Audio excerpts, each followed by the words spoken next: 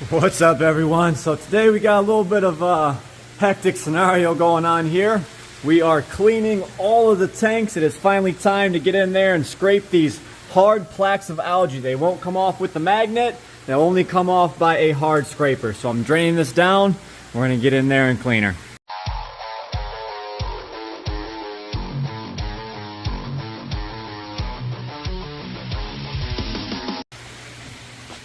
Okay, back here.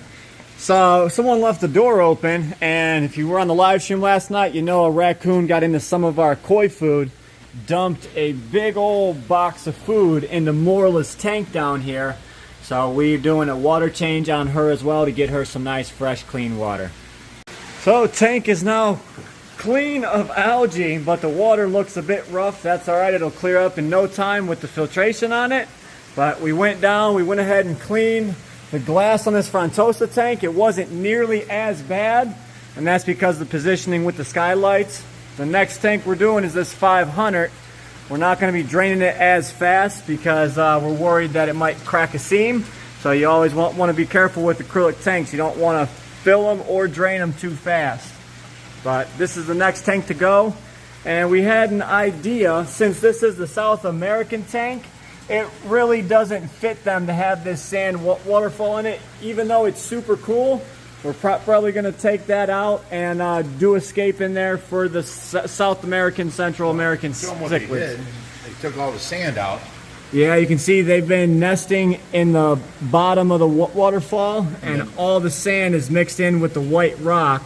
So that is our fault for not, thinking of that prior, but we got to just deal with the punches as they come, and this is the next step to be had.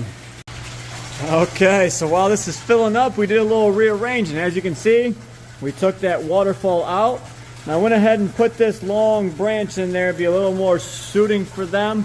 Just comes around and kind of spikes out at the bottom and then goes up to that back corner.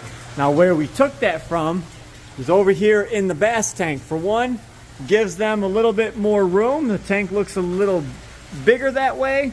We also cleaned out a bunch of the plastic plants in there. Sorry for the reflection, but this tank will clear up as well. But everyone is doing great. This window looks great over here, and we are starting to fill up Morla's tank as well. So we did a third tank water change on the goldfish as well and cleaned the front panel, so that's filling back up. Now this tank is a little more full, and you can see exactly what we did here. So it looks kind of cool, but this tank's filled back up. Now we just got to get the water back to buffering. So we have the Persei in here. We still have the 3 green terrors, gold psalms, whatever you want to call them. The jaguar back there. We've got these 2 Sins Pilum in here. Where's the other one? There's one. There is 2. And what you guys don't know is we added in Chonk, the little flower horn. You can see his big hump on his head is getting huge. You guys know what you want to call it, but I'm not going to refer to it as that. But he is a great looking flower horn, and his hump has gotten way bigger since I put him in this tank. He almost looks like a mini Thanos. So everyone gets along in here. I know I was probably going to catch some flack for putting him in here, but he gets along just fine. Goes back to my old adage, you give the fish enough room and enough food, they're gonna leave each other alone. He's been in here for probably about a week now, and everyone's living peacefully. All right, so now you look across this room, and that looks a little bit nicer in there. You can see the fish from across the room. All these tanks look a bit nicer. We just got to get the rest of this crap cleaned up, which it is coming because my dad's working on the saltwater stuff. Once the stand's built, the rest will just fall in place, and the rest of this crap will be out of here. But what I'm actually cleaning all these tanks for is, you guys know that on Tuesday, Mr. Rod and Kevin are coming to get their stingrays. So I am cleaning the tanks just so that they can look nice and pretty for them to be shown off and videoed. But everyone's doing great. I already cleaned pretty much all the tanks out here in the pond room. You can see I haven't showed you guys yet, but I've been playing around and adding all different sorts of plants to this pleco tank. I've been taking this pothos, and every time it shoots down, I wrap it back up and around. We're going to try and get that all covered and clustered. We got, I think, kabamba down here. I don't know what this other stuff is, but I've been plugging them into these little pieces of decoration, trying to add more wood, more plants. Got some stuff growing in the gravel. I've just been plugging it in pretty much everywhere just to get this to look like a much livelier, nicer tank, and make it a little bit more of an ooh and ah factor here. So let's take a walk in here. I've got a couple more tanks in here that I need to clean, but you know, we started with the 4400. That was involved with the filtration and whatnot.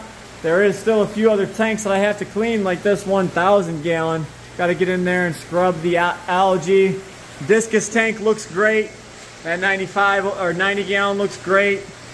Lavaca and Tesla looks great. So I'm working on it. Slowly but surely, these guys are getting whipped into shape.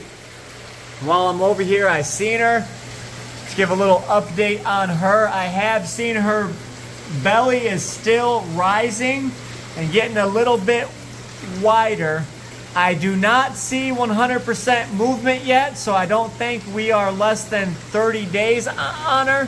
So we will definitely know here shortly. Once these rays are gone, we're gonna move her via a tub so she's not stressed as much, and be able to move her into a tank to where we can see her from the side. So I just wanted to give you guys a little update on the pregnant female here. And a good little fun fact here, this is actually, you can see the tip of her disc is a little bit missing.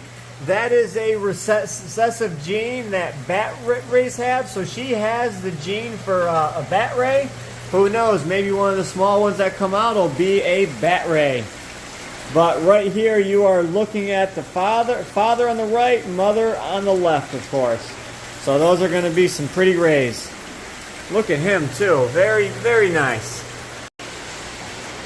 Don't know if you guys knew about this one either, but here goes big datnoid that we picked up. Ended up buying him from a buddy of ours. He's about a 16-inch Indo datnoid. Very, very nice looking. He's thick, he's fat. There goes my hand up to the window next to him. So he is going to grow here and grow. I finally got him eating. So now he's eating pretty much every night. So he's going to stack on the weight here fairly quickly. And a little update on the Fly River turtles. You guys were worried about them fighting. We did have a problem the first day or two, but now they seem to have left each other alone. They kind of just stay to their own side of the tank, and they kind of live semi-peacefully in here. There goes that goonch. He's always getting big. Of course, we got our redtails, and no new marks on this guy, so we are in the clear. A couple of you have been asking about updates on the ponds. You can see the water lilies are popping up all the way around. We just planted some new ones actually. This is actually one that was just planted. You see a little baby leaf floating up on it. He's got all these ones across here are all new ones that have just been planted. So those should be popping up here relatively soon. This is an old one that's, you know, not nice and good. But we need to get this whole back wall done, that whole side, and finish up across here. We want this whole top shelf to be absolutely covered in water lilies like this all the way around. That does two things. For one, protects the fish from herons and whatnot, because they can't see that that's a shelf that they can stand on, and the fish get some cover. As you can see, there's literally hundreds in here, and that's just on this side of the pond as far as I can see. Look at that butterfly right there. Absolutely gorgeous fish. They are loving this pond, loving the water. There's a bunch swimming over from over there. So the more that you look, the more that you will see but we still don't have this filtration at 100%. You can see across here, this is the waterfall here. You can see that's the Japanese maple. Here's all the coral bells to try and contrast the colors through there. So what we were planning, so we have that filter box over there going to the wetland filter. We have another filter box over here that's supposed to come into these jets. We're gonna go ahead and dig out this corner right here, or somewhere across this back line, wherever we want it to lay. He might want to do something right here, so it might be pushed over just a little bit. But we dig down, we bury the filter down in the ground to where just the head is sticking out. For one, that'll help with freeze thaw, and we leave the head sticking out so I can hook up a hose and basically backwash it down to the stream. And we can basically add on filtration in line of a hose we already have ran and a pump we already planned on running, and have the Ultima 10,000 doing both biological and mechanical on this pond. And then back here in this corner, he wants to basically make another waterfall right here and basically come back down into the pond. So for two purposes, you can see it from the stamped concrete patio, and you can also see it from up there on the deck. Because if you guys remember, maybe you do, maybe you don't, he wants to put steps down right here to a round observation deck that goes over the edge of the pond, and that's where we're going to feed the koi from, right in this corner. And then basically you'll have steps down to the concrete patio here and be able to have access to all of this.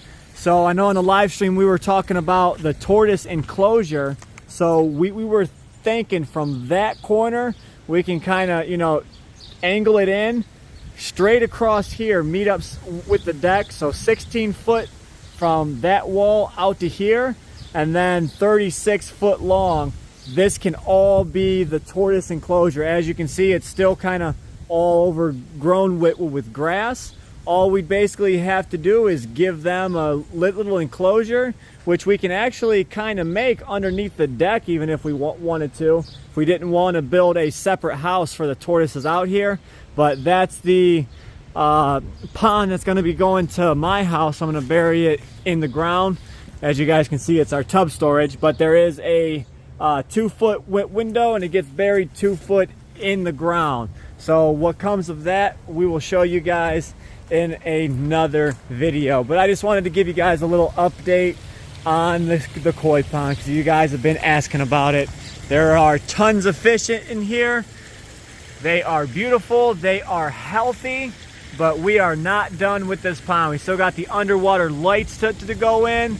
There's still a lot of work to be done. So hope you guys enjoyed today's video. If you want to see more crazy adventures with the Ohio Fish Rescue, be sure to hit that subscribe button. And as always, stay fishy, my friends.